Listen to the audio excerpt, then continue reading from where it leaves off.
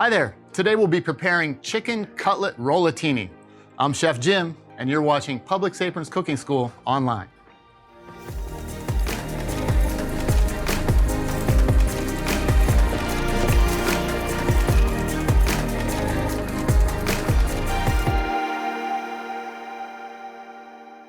Okay, so rollatini is an awesome Italian-style dish, usually made with meat, where you pound and roll the meat, stuff it, and cook it and serve it with a sauce. Today we're gonna be using boneless, skinless chicken breast, and we'll be stuffing it with some Prosciutto di Parma, some capers, and some Gouda cheese. So to get started, the first thing we're gonna do is to pound our chicken breast out. I'm gonna make just one cut through the thickest part of the breast and butterfly it. And we're gonna end up with two pieces and we're gonna pound them both out. So I'll go just like this, carefully going right down the middle.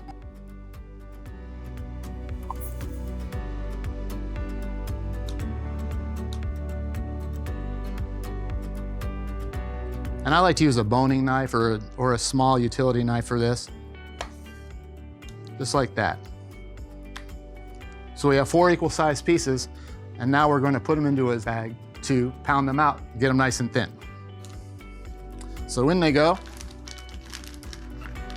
I think we can fit 2 of these in each bag. All right, spread them out in there. I'm gonna take my meat mallet and I'm gonna pound these out, not too much, just till they're about a 1/2 inch thick. All right, and you can see how it's kind of spreading out in the bag there. And that's gonna make them big enough for us to roll up and stuff with all these great ingredients. So down and out. So as I go, I start in the center and I pound and I come out towards the edge. There, just that easy. Then we'll remove them from the bag to our cutting board again. Okay, very important to season these really well with a little salt and pepper. Always try to use fresh ground pepper if you can.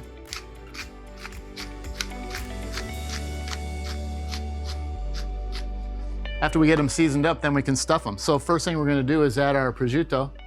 This is a beautiful Prosciutto di Parma here. This is an Italian dry cured ham. And it's sliced really thin. It's just delicious. We're gonna place that on the chicken breast so it kind of fits just like so. And we've got some capers. Capers are just the unripened, pickled buds of the caper plant. Next, a little Gouda cheese, and we've got this cut into julienne strips. We're gonna put them right on top. Just a couple pieces per. So when we're cooking these, that cheese is gonna melt in there and it's just gonna be delicious. So now that they're stuffed, all we have to do is just kind of roll them up. We'll kind of do that lengthwise, like so, all right? I'll start at the wide end, press with my fingers as I go, and roll them right up. Super simple, just like that. And there you go. We have our 4 chicken rolls, and now these are ready to tie. Just got some butcher twine, cut into about a 1 foot length here. And we're just gonna go right under the roll and give it just one simple tie. And that's just gonna keep it together in the pan while it's cooking. Okay, so just a simple knot, however you wanna do it.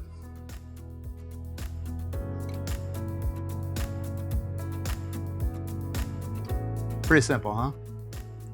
We'll cut these loose ends. Just like so. Okay, so they're all tied up and ready to cook. So I'll set them here on our plate. I'm gonna go wash up and we'll come back to this in just a minute. Okay, so now that our chicken is rolled and tied, we're gonna go ahead and dredge it in flour and cook it in our saute pan. So I've got my pan getting hot. I'm just gonna take our rolled chicken and dredge it in a quick cooking flour. Nice and evenly. This is gonna help give us a nice texture on our chicken, and it's gonna also thicken up our pan sauce a little when we cook that. Okay, so those are nice and dredged. We're gonna take a little olive oil and we're going to put that into our pan, about 3 tablespoons or so. And I can see that the pan's nice and hot. The oil's starting to shimmer a little in the light. That's good. We want a nice high heat for sauteing. And I'm gonna take the chicken and I'm gonna place it in the pan seam side down.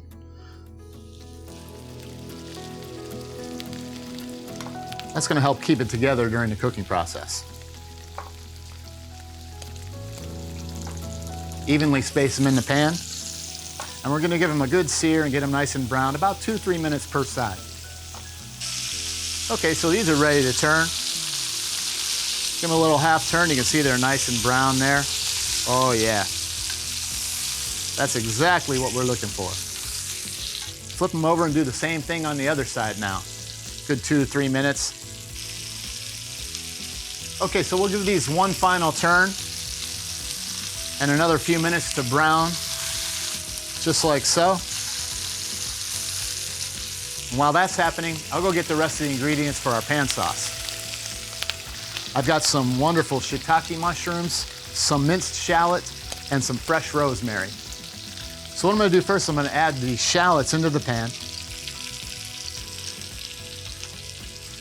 And I'm gonna give them a minute to saute. I love shallots, they're like a sweet onion flavor, and they're really gonna build a great foundation for this sauce and give it a depth of flavor. Then I'm gonna add my shiitake mushrooms. And I know the pan may look a little crowded, but everything's gonna cook down together and there'll be plenty of room. I'll add my fresh rosemary. And I'm gonna get everything situated in the pan so that these ingredients can cook together. And we're gonna let them go for about 4 or 5 minutes. Okay, so now that our shallots, mushrooms, and rosemary have had a chance to saute in the pan, we're gonna go ahead and deglaze with a little white wine. Now, deglazing is a very important step. It's really just the addition of a cold liquid into the pan, and what it does is it loosens up all those wonderful bits of flavor and ingredients that are stuck onto the bottom of the pan and releases them up into the pan sauce where they're gonna really make it taste great. When I deglaze with wine, I like to let it reduce by about half. That cooks a little of the bitterness and the alcohol of the wine, and what you're left with is the sweet flavor of the grapes, which is what we're really looking for. So I'll let that go for just a minute or two. So now that the wine's had a chance to reduce a little, I'm gonna go ahead and add some chicken stock.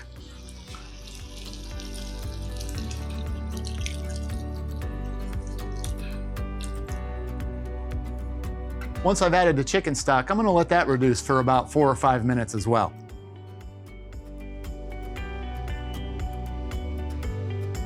Okay, now that our sauce is reduced, we're gonna finish it, and I'm gonna remove the chicken from the pan.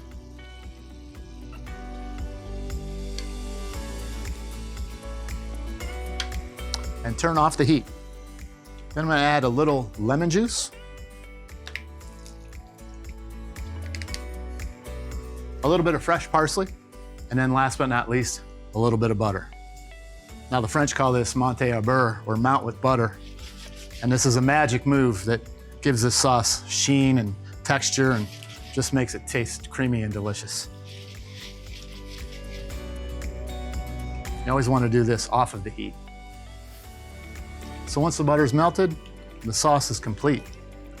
We're gonna be serving our rollatini with a mashed cauliflower. So I'm gonna go ahead and get that ready right now. Be right back. We've heated our mashed cauliflower according to package instructions, so it's nice and hot. We're gonna stir in a little grated Gouda cheese. Okay, so to plate up, just gonna take a little of our cauliflower right in the center of our serving plate.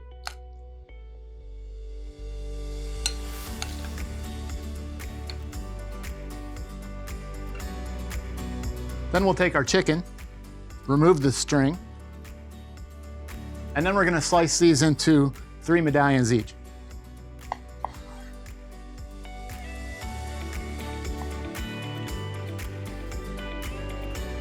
Boy, that looks like it's just cooked perfectly inside. Wow.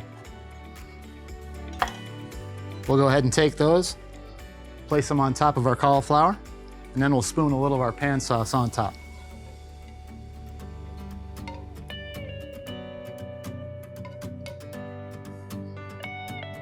Now for my favorite part, we're gonna give this a taste and see how it is.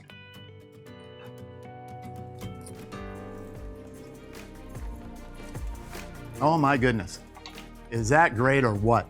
Well, that chicken is just tender and juicy. The pan sauce is tangy and delicious and just ties the cauliflower and the whole dish all together. That's just amazing. That's just a great gourmet dish that you can make right at home. So, click the link below for this full recipe. Be sure to subscribe to the Publix YouTube channel and check out the Aprons Cooking School online playlist for more from our chefs. Now I'm gonna try a little bit more of this rollatini. So thanks for watching and take care.